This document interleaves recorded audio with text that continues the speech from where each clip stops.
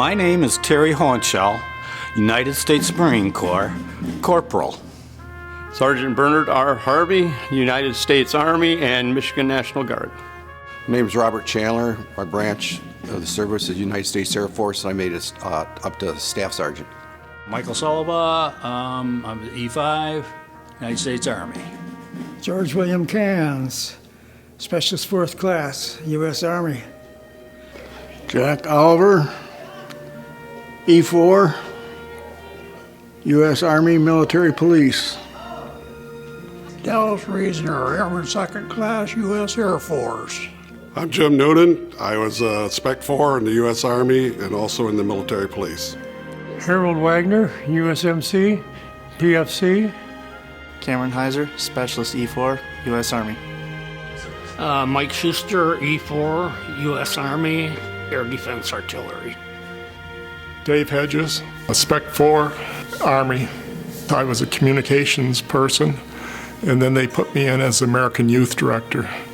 My name is Glenn Spencer. I was in the Army as a Spec 4. I was in the 3rd Battalion.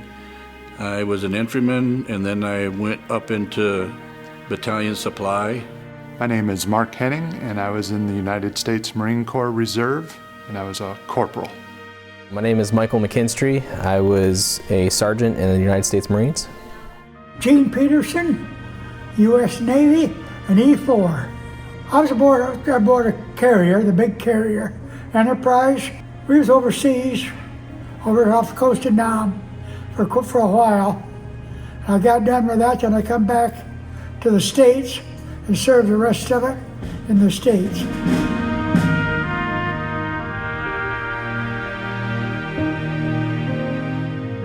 One reason was my mother told me I had an appointment with Marine Corps recruiter.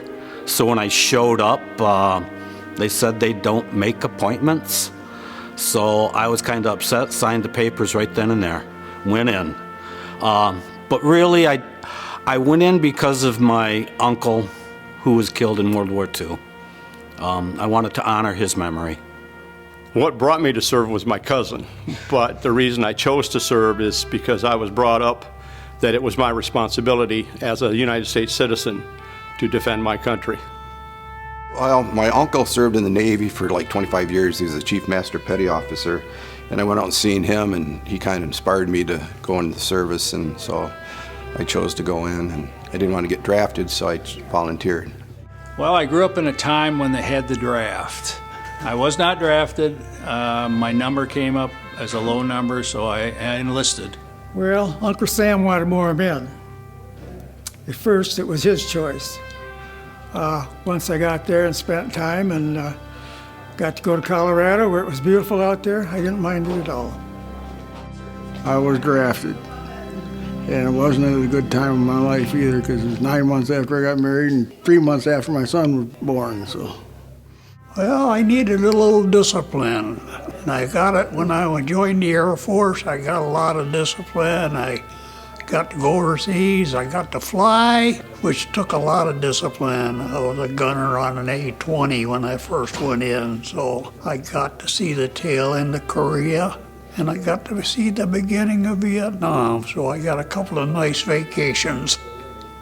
Well, I had the fortune of growing up during the conflict in Southeast Asia, so I was drafted. I figured the service would be the right thing to do, so I did that. I served 2 years on Navy ships and did my time and got out. I was voluntold. I was working at Meyer, and I started getting messages from recruiters. So I inquired to my wife as to why, and yeah, she put my information on the Army website. 3 months later, I was on a bus to Benning, so. My friends and neighbors in my number 2 draft number. I was drafted. I was in college, had a deferment, and they reclassified me as a professional student. And so I went in. I was drafted, which at the time was a surprise because I was already older. I joined right after high school, didn't really know what I wanted to do, and I was a volunteer. I signed up on my own. Mostly my family. It was something I always wanted to do. There's a long military history in my family. It was my duty to my country. I wanted to serve for my country. My dad had served, my uncles had served, so I was ready to serve.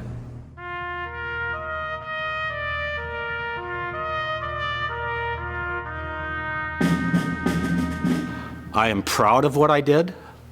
I am honored to have served my country. For me to be a veteran, it is fulfilling. Means that I filled my responsibility as an American citizen and as a man. Standing up for our freedoms is something we need to do. They don't come free.